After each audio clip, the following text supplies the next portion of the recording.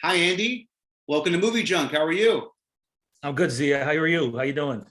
Doing well, doing well. We have Andy Davoli, who Soprano fans know as Dino Zerilli. You also starred in hit films like Knockaround Guys, The Yards. You've also been in hit shows like Lucifer, CSI New York. You're also a writer and director in your own rights. I mean, you do it all with over 50 credits to your name. It's truly an honor to have you on today, Andy. It's an honor to be here, Zia. Thanks for having me. Awesome, awesome. And the fan in me just wants to jump right into The Sopranos, but I really want to learn and just kind of take a step back how it all started for you and what got you started in the business. I was doing it as a kid. I blame my mother a lot, but she probably regrets. She got me into children's theater and clown and magic school as a little boy. Things that I don't think she thought of it as a career so much as a way for the kids not to get in trouble and do something creative, etc. And so then I used to make movies and things with my family, my brothers and sister, I only have one, and do little plays and skits and things like that.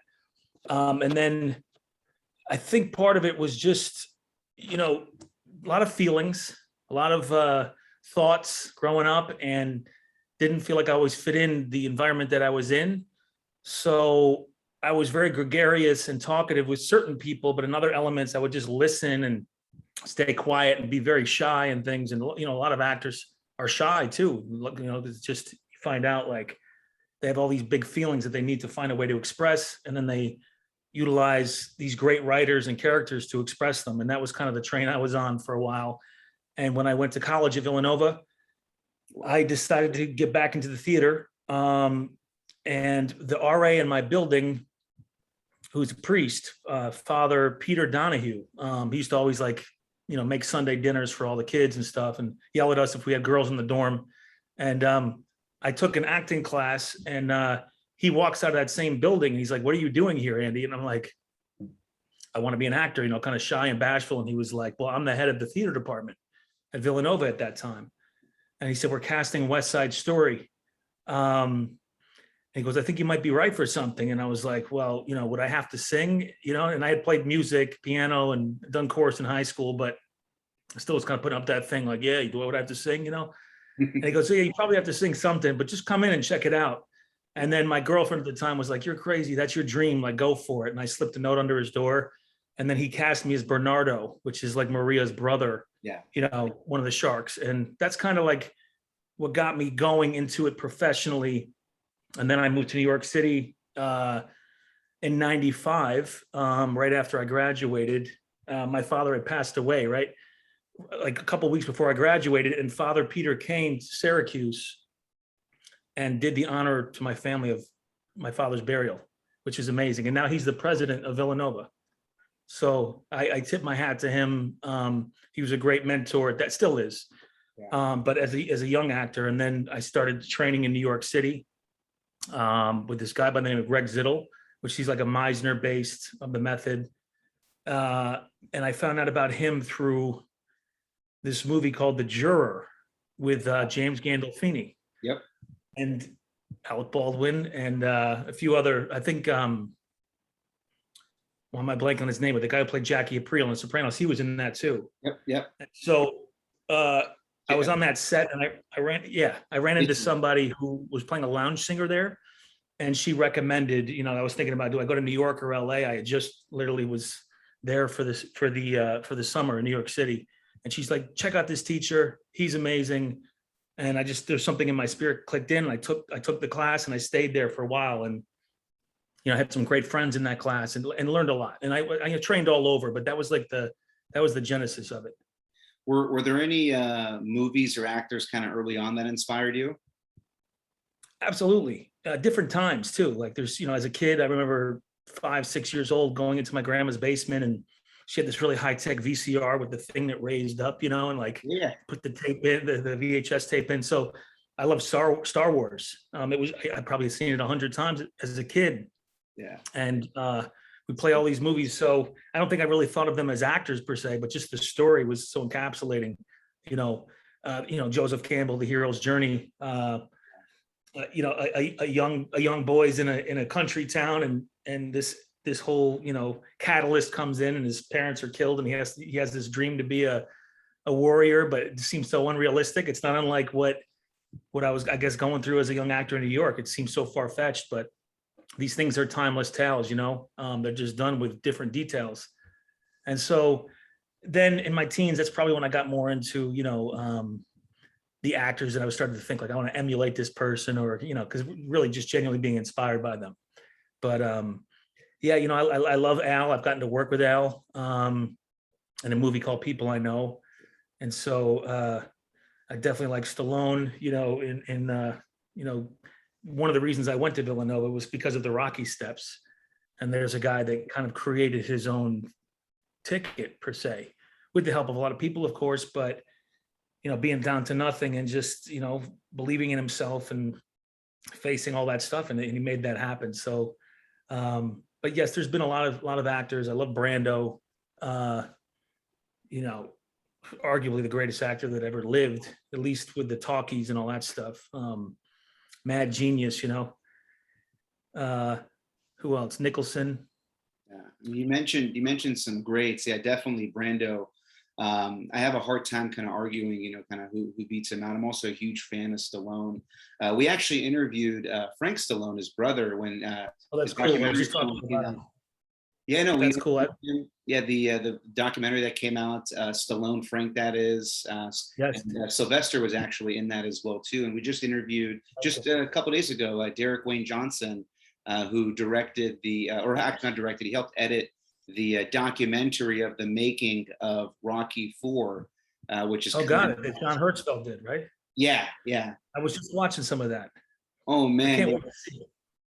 I mean, amazing. the actual director's cut. I was watching the documentary on YouTube, and then, you know, Sly was putting up clips on his Instagram as well. It's inspiring, and it's always invigorating to just, you know, all his things, everything, even his interviews, he's just always like encouraging people, like believe in your dream. I did it, he did it, meaning like Rocky did it, and you can too. And it's like, just, you know, we need that, you know, across the board in all walks of life, but in a gigging life, you know, like, you know, in movie and TV and theater land, it's like, it's encouraging, even at this point, having done stuff like, Yeah. because you don't know. I mean, there's a lot of things we don't know nowadays, but you don't know where the next one's coming from. And I always say God is my employer, so I just try to yield to him. And he's put me in some cool stuff so far, you know? Yeah, and so you actually had done the Yards right before you came on to Sopranos. I think it was in 2000 or 2001. That was with Mark Wahlberg. Oh, you were awesome in that. Well, thank you very much. That was my first big break in a studio feature. I had done some independent stuff, little TV stuff there, but that was, you know, really like going in for James Gray. Yeah. And I had this instinct that they were going to bring me back in for something bigger. You know, it's like sometimes when you're, you know, you're younger, you're a little bit like, whatever, let's just go. And he brought me back in for something bigger, which was the part of Raymond Price. And I knew, you know, Joaquin Phoenix is in that, along with James Caan, Faye Dunaway, and Ellen Burstyn. So they were all attached. And so it's like, you know, just summoned up some courage and went in there. And James Gray started laughing after I did my scene. And I was like, you find out that means he likes something. But at the time, you know, it's almost like a kind of a harassing laugh, like this big laugh. And I was like, what? Okay, I guess, you know. And then he brought me back in, and he wanted me to break character because I was just very like method at that time. I was just like, didn't want him to see who I really was, you know, because I was playing this saboteur in the subway trains and working for Joaquin's character. And that's working on like, oh, you've seen it, all kinds of nefarious stuff that Wahlberg falls into after he gets out of prison. So I just had that whole thing going and staying in it.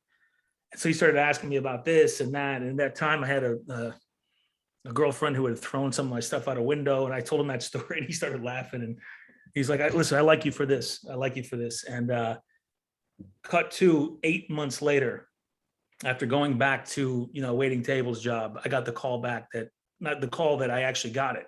So that's an occasion of, I thought that thing was gone, you know? Yeah. And so in the sequence, though, was actually, I also did Knockaround Guys before I actually was on The Sopranos. I had read for it the 2 seasons before, and it was getting closer. And then, you know, a lot of the times with these shows, if they like you, they want to find you in the world somewhere, you know.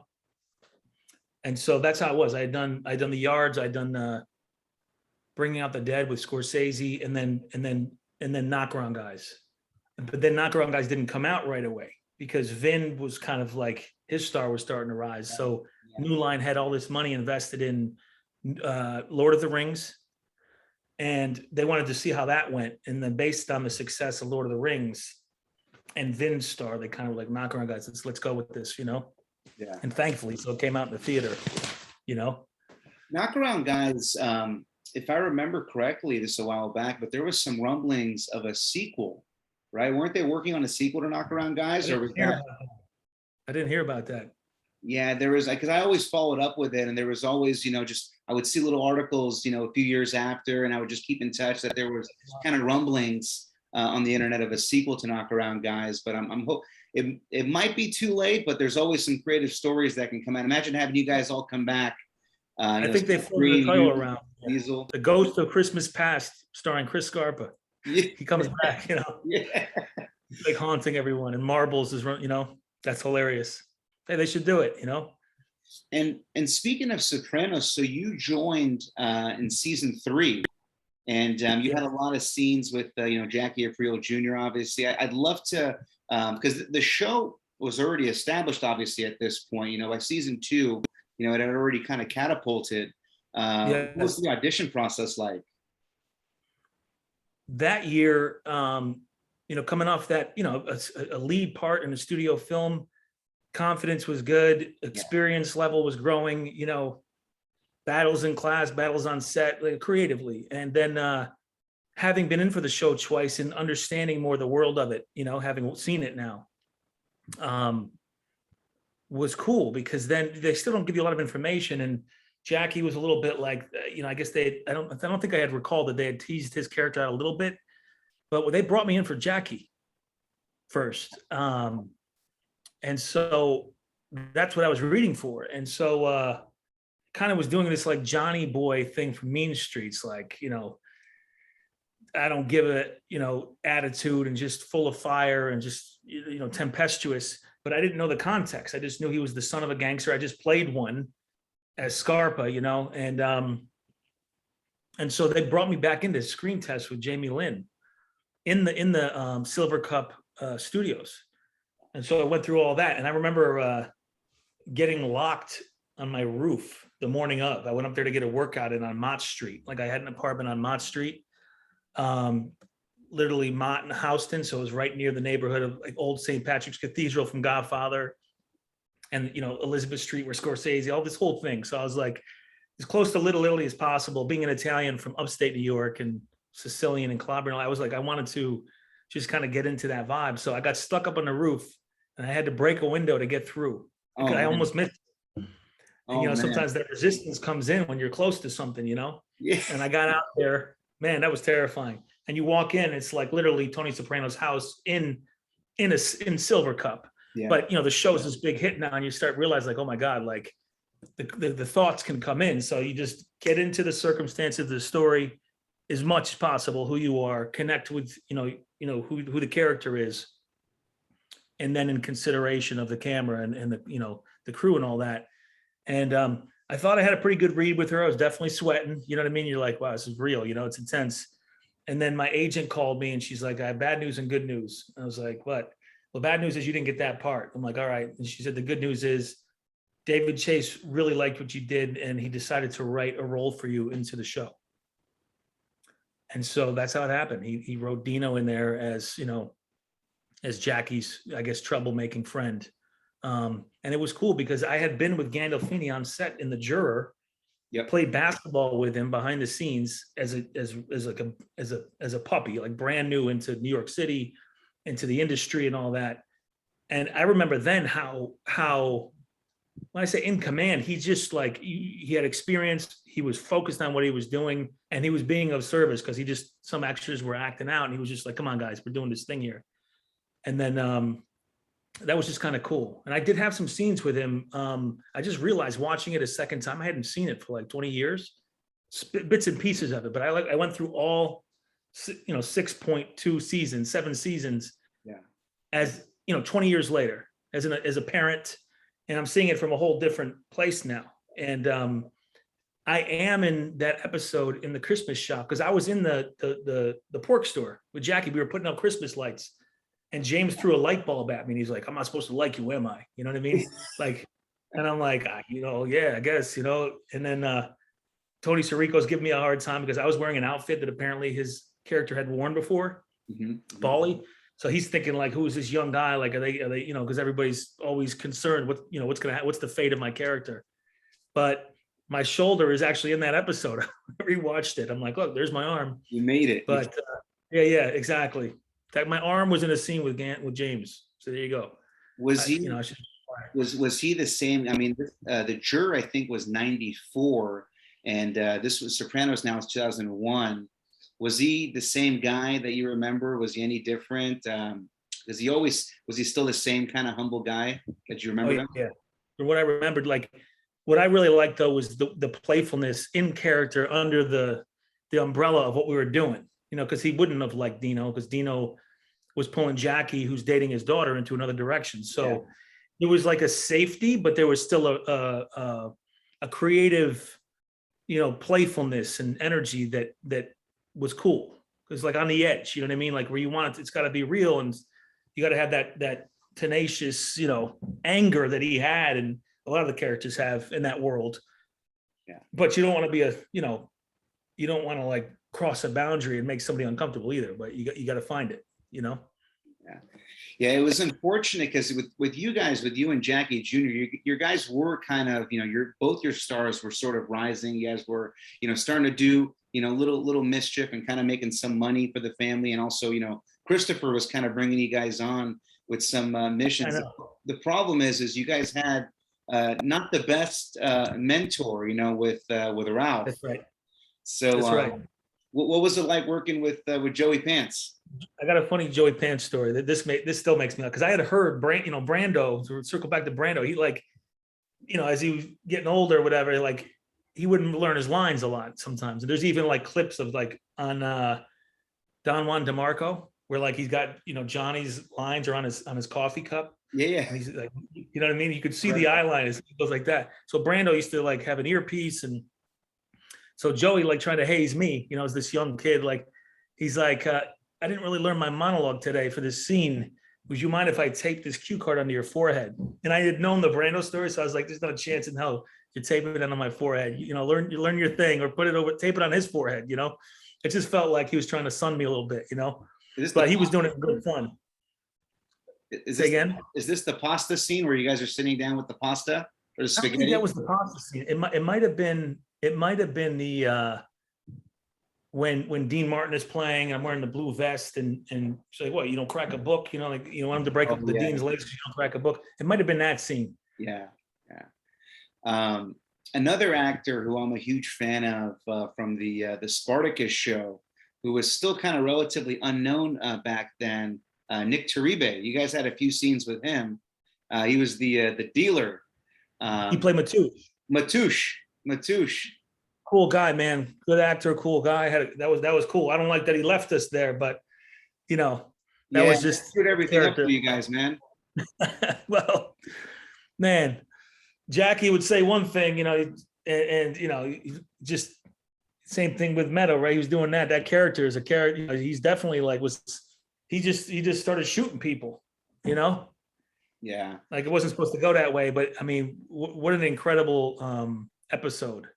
The stuff with Annabella and James, like that, I was, even myself, you're watching it, you're like, wow, this is crazy. Carmela's going to confession and stuff with that priest, that actor killed that. I mean, or lived that, I like to say, it was so good. The music, everything about that episode was like watching an amazing film, Yeah. Season 3. Season 3 is one of my favorite seasons, along with season 5. Do you have a favorite, or what is your favorite season of the show, since you just rewatched it? Probably the first 3 seasons. Like I was really, but of course, I mean, the Pine Barrens thing is like that's just like it's just so entertaining.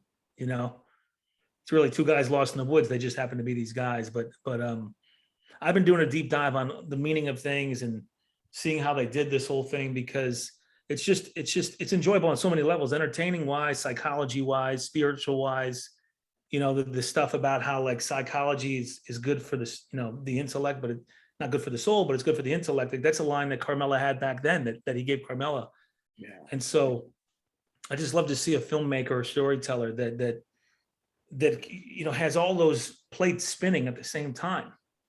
And it's still hilarious, and it's still upsetting and revolting and powerful. And you're like, you just keep, it's like, wait a minute, why am I watching this? Like, these guys these people are doing things that are not good, but you still have compassion for them, or can identify at times. And so my theory is that he whacked all of us. I feel like that's kind of how the ending was. That's my take on it.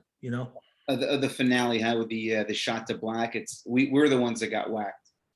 Everybody. I mean, at least Tony and us. You know what I mean? I don't mean like the kids and all that, but like if you're watching this thing, it's like the whole thing that's it. It's done. Yeah. Have you read the recent articles on David Chase's perspective, and also Alan Taylor, when they were doing an interview for the Many Saints of Newark? He had said that they were shooting that scene with the intent of Tony getting whacked. So they're telling us what their intent was, but they're not really telling us if he got whacked. So it's better not to officially know, right? Because then you can still, I'm glad you didn't see anything like that, because it's just you got the you got this moment. You could have a thing like that where you see like Tony Montana go, but maybe it's the fact that we had all those hours with him and his family. It's like, it felt like your family or my family, like, even though it's this exaggerated mafia world, like, running North Jersey and all that, but I think that would have been, pretty traumatic. Although there's some other things that are hard to watch, like when Ralphie, beats up that, the prostitute character. I mean, that's like, that was rough. That stuff, if you really, in context, there's some really crazy things in there that you're watching, but this stuff also exists too. So I know they were pulling from real stories a lot. Yeah, I mean, we're in the year, 2021, it's almost 2022. The finale was 2007. It's 14 years, and we're still talking about it. I mean, I think they achieved what they were looking to, what the goal of that finale was. And it's probably because of that we even got the Many Saints of Newark. We were still talking about Sopranos. That's right. Have you seen the Many Saints? I watched it on my phone coming back from New York. I went to go for to meet with some investors for something in my hometown, and I was all excited because I'd pretty much probably gone through like 5, maybe into 6 seasons of just watching it on my own again, and then getting excited about the movie, and then I watched it again for like 20 minutes and fell asleep the other day. So I got to give it another watch. But yes, I have seen it on this thing, which is, I'd love to see it in the theater too. It's just like, I'm a single parent. I'm dealing with a lot of things. I'm like, but I got a good setup here now to watch it, where I've been rewatching the series. So yeah, what was your take, man? Yeah, I mean, for me, I mean, I'll admit I've seen it 4 times now. Right. And every time that I've rewatched it, I've enjoyed it even more, because the first time you watch that's what I felt. Yeah, I mean, you're kind of just like in this like high, you're kind of just on this roller coaster. So like you miss a lot of things, right? And it really is a movie made for the Sopranos fans. So the Easter eggs that they throw in there, and if you said you've watched the whole thing, you've given. So I watched the whole thing on my American Airlines flight on my phone. Okay, yeah, I don't want to spoil anything if you didn't get to the end, but I did get to the end. Yeah. Because there was a lot of people that were kind of questioning, the way of kind of who ordered the hit at the end, ended up being Junior. And if you watch the show, right, this is the same guy that ordered the hit on his own nephew. So why wouldn't he order the hit? Right? So why wouldn't he? Yeah. That's it. Yeah, Junior, love the character, and Dominic Chianese. I mean, like it's so enjoyable. But he's a scumbag. You know what I mean? To do that, he's basically killing his own family members. But man, So good though. I mean, it's such a treat. Yeah, we just interviewed Dominic Gianese Jr., who played Oh Dominic. wow, He was in the New York crew in season that's 6B. cool. So yeah, we just Got interviewed it. him. We were able to get his perspective and kind of what it was like for his dad, taking on the role, and him being so different from Uncle Junior. Yeah, But I always knew him as Johnny Ola, exactly. and he was Johnny also Owen used to say me all the time. That's when Michael. Yeah, he hears the Judas moment. yep, yep, Uh, I listened to I've been listening to the podcast too, the Sopranos one, and love then it. a lot of us had done one before that too. That was kind of like getting me back into it. But I listened to the episode with Dominic, and what a treat too. Listening to all his stories of how he came up, and he's special man, special actor. Yeah, no, absolutely. And I see that you're also, keeping busy. Do you mind sharing some of your upcoming projects that you're allowed to touch on? Yeah, I'm shooting something right now that I spoke to the director yesterday about this, and I'm not officially like sharing my character yet, all that stuff, but it's a biblical movie, you know, period piece, and there's some great stuff going on. We're still shooting that, and I look forward to being able to like share more about it. That's what I'm working on right now. I just played Joe DiMaggio in a film, which was cool, about Marilyn Monroe. Uh, and then I've got something that I developed that we're getting there. We're getting there. I'm very excited about where that's going. Based on a parable from the Bible, but it's a modern story, Italian American, with it's like Rocky with basketball in a All sense. right. You're also, writing too, right? So you're developing some of your own projects as well. Yeah. That's one of them basically, and just to have another iron in the kitchen, and it's like building relationships, keep honing your craft, and then gather around a campfire and tell the story as well. You know what I mean? That's really what the great theater, created by the Greeks back then, was about anyways. You know, Yeah. And we love story. yeah, no, absolutely. And, I don't let, the actors escape out of here without, letting me know kind of what are the shows that they're binge watching. I know you're busy. I know you're catching, movies and shows on flights, but when you're not working, what are some shows you're binge watching? Of course, I just binge watched Sopranos, but the last one I binge watched was The Chosen, Oh yeah. and that's I'm friends with Jonathan Rumi. I did a show with him in the past, and I'd ran into him at an award show, and he was like, just did the show, the highest crowdfunding show in history. They raised $10 million on their own, and he invited me to a screening of it, the Good Shepherd Church in Beverly Hills, and the sound was a little bit off, like with the speakers, because it was a small screen, and so I had just moved, and I kind of set up my system. So I started watching Game of Thrones and a few other things, and I was like, let me watch The Chosen finally. I downloaded the app. Man, I couldn't recommend it more. It is fantastic. The Fantastic. Chosen, the It's so biblical well piece, done. right? Yeah, it's literally following, Christ and the apostles, all that, but it's a scripted television series. Yeah, Several. it's amazing. It's amazing. Yeah, it's really, really well done. So yeah, that's the last one that I went through what they put out so far. They put out 2 seasons, and I watched all of that. Did you watch that to kind of prep for your film and all, or just to I kind didn't of even know. No, this one I found out about 2 weeks ago. I actually, like, I was checking on a new church. I'm a Catholic boy, and I was going to church out here, and I just switched over because I was living in West Hollywood. I moved, out in the valley, let's just say. And so there's a church that I've been hearing about that does the Latin mass, does it in the old language. So apparently for 1900 years, all the masses were done in that language until the 60s. And so there's still a division of the Catholic Church that does the mass in Latin with so much reverence, where the priest doesn't even turn around. He like faces the Eucharist and all that.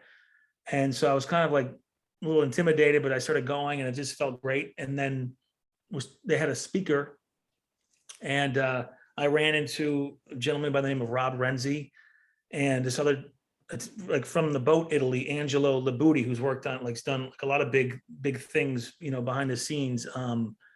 think one of the Spider-Man he worked on, and Lion King, like animated, and I didn't know who they were, just chatting with them. And then somebody's like, "Hey, he's an actor," and they told me what they were doing. They're doing a really cool movie, and so that's how that started. Anyways, Awesome. so yeah, so it just happened. You know what I mean? That's sometimes how it happens. Sometimes it's an audition process, and so just real quickly, like, so you're just a big movie buff, and you're kind of starting to build this thing up, and Yeah. So yeah, definitely. I mean, we started this channel kind of during the pandemic. Our first two interviews were with. I'm a big Karate Kid fan, so our first two interviews were with Sean Kanan, who was Mike Barnes in Karate Kid 3, and the second was Michael Cavalieri, who was in the next Karate Kid, who was also in The Sopranos. He was Feech LaManna's nephew. He was Gary LaManna from The Tree. When Paulie went and knocked him down from the tree. So, yeah, exactly. Yeah, so those are our first two interviews, and then just the channel kind of started catapulting. My favorite show of all time is Sopranos. So we kind of started with the Karate Kid Cobra Kai cast, and then quickly jumped into the Sopranos. I think the first. I watched all Cobra Kai too. That's a series that You like Cobra Kai? Yeah, I loved it. I mean, I thought it was so well done because I watched all the Karate Kids, and so yeah, that was cool too. Once it got on Netflix, that's when I watched, and really great job. That's a cool show. Yeah, I mean, I got my YouTube Premium account because of Cobra Kai and watched the first two seasons, and then one season. How good is it, right? Oh yeah, and then so when it was on Netflix, it was kind of catapulting for everybody, and I'm like, man, I've been telling you guys how good this show is, and now this upcoming season, we got Terry Silver coming back, who was the villain in Karate Kid 3. So that's cool. It's supposed to be insane. That's great. I love how they balance it out too. Like you're totally behind Johnny's character, and that whole thing of like his position of where he was as this young guy and what he went through. But they also seem to honor like Daniel LaRusso in that storyline too. So it's the writers really do a nice job of like weaving all that stuff. Yeah, I mean, they really give us this, this 80s nostalgia type of feeling, when we watch it. So I loved how this last season, we kind of got them to kind of team up, so to speak, and then that was cool. Right, exactly. That's how it ended, right? Like mm-hmm. that was awesome. I got the goosebumps on that, Oh yeah. Kid and me love that stuff. I grew up on Goonies, all those great like classics, Yeah. Three Amigos, you know what I mean? Oh, love Three Amigos. Yeah, since we're touching on Cobra Kai, are you team Miyagi-Do or team Cobra Kai? That's a good question. Or Eagle. I gotta stick with Miyagi, man, because but I love it. My kids are like, let's go Cobra Kai. Like, show me the kid with the mohawk, you know what I mean? And I'm like, this is so well done. But I think we're now at this point where we're kind of getting a blend of both. But mercy is important.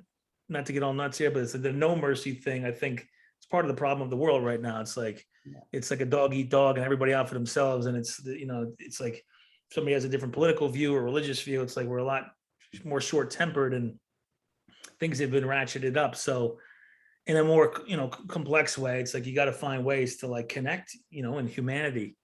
That's what it feels like. But I think it's great. I love how like politically incorrect Johnny is, and like the way they wove that in. It's so refreshing. You know what I mean? Yeah. He's like the way he's picking on the kids and stuff in the class. Yeah, I thought they did a really good job with that in 2021 and you know what I'm saying? It's like we need more of that. Yeah, I think because Johnny is starting to show mercy, right? So that's what's kind of causing him to drift away, from Cobra Kai. But I felt like his intent was to give a better name to Cobra Kai, kind of, rewriting. That's right. That's exactly right. Yeah, because he's coaching the one kid against his own son, but it's like you're seeing that crack of him of Miyagi-Do and inside him, you know what I mean, and vice versa. So they're definitely badass, and they got that flavor, you know what I mean. So it's pretty cool. Yep. No, absolutely. Andy, I want to save some more for round two. Definitely, I want to talk more about your upcoming projects once they're closer to release, and we can talk a little bit more about them. And definitely want to get, I want to hear your perspective again once you rewatch the Many Saints. And I just read also that this was a few weeks back that David Chase got a new 5-year deal, possibly returning with Terrence Winter to co-write. So we may be getting some more Sopranos content in the coming years. Man, that'd be amazing. It's nice when you see this, people that you've worked with, but people at the level of just storytelling, psychology, spirituality, and weaving it all together. We need filmmakers like that, and stories like that. So that's pretty awesome. And you still kind of look the same. I think they can do a flashback scene and bring you back. Absolutely. Dino's dad or something, Yeah. No, perfect. Andy. I believe I live. You know what I mean? That's, you got to have that kind of nuttiness, but like, hey, they shot 50. He lives. Lucky Luciano, he got stabbed 60 times, Dino could be walking around with his jaw a little bit like, they left him in the street. You never know. Yeah, if I'm not mistaken, we saw the shots, but we didn't actually see a funeral for you or anything. So unless you see it on screen, it doesn't count. That's what I mean. The New York crew came, picked him up. You know what I mean? They revived him. They brought him back from the dead like Lazarus, and there we go. Awesome. Andy, just want to thank you again for making the time. Again, super honored to have you on the channel. Loved your character, obviously, in Sopranos, and obviously the work that you've done, and so excited to see these upcoming projects that you have in the works. Really excited to see you busy, and looking forward to bring you back for round 2. That'd be amazing. Great luck with this. You're doing a great job. Really appreciate it. Thank you, Andy. Thank you very much. Back at you, my friend. All right, bye, Zia. Yeah, cheers. Cheers. Ciao.